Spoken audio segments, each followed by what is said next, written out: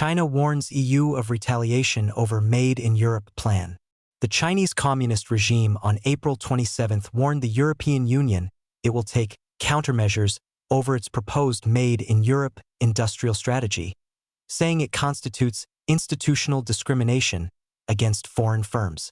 The regime's Ministry of Commerce said Beijing had complained to the European Commission about the bloc's proposed Industrial Acceleration Act to express its official position and concerns. China believes that the act imposes numerous restrictive requirements on foreign investment in four major emerging strategic industries: batteries, electric vehicles, photovoltaics, and critical raw materials, the ministry said.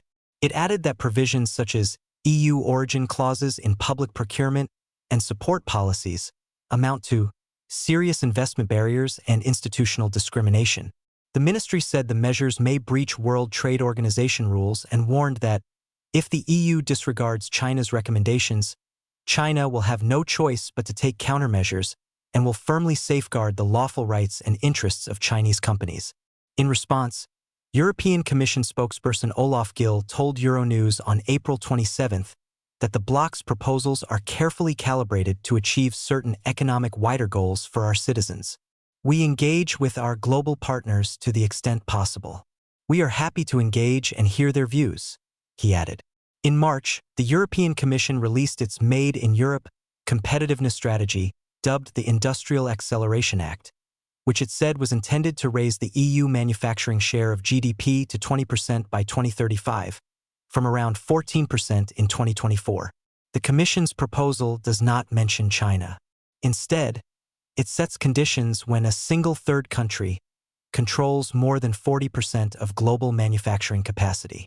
The Act proposes requirements for projects above €100 million in sectors where that country holds such dominance.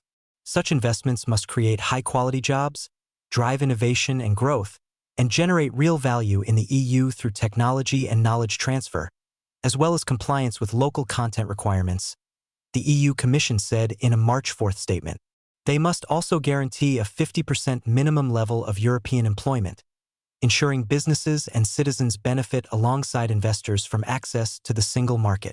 Europe remains one of the world's largest manufacturing regions, but its relative share has declined over the past 2 decades as production has shifted to Asia, particularly China.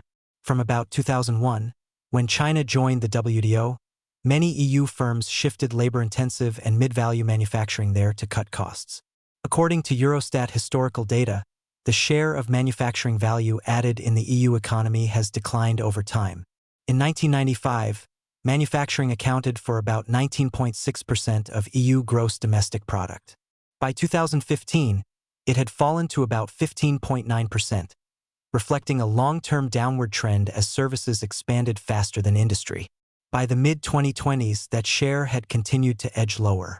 Data from the World Bank show that manufacturing represented about 14% of EU gross domestic product in 2024.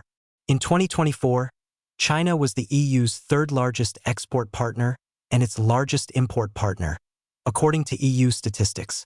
The United States and the EU signed a Memorandum of Understanding on April 24 for a partnership on critical minerals.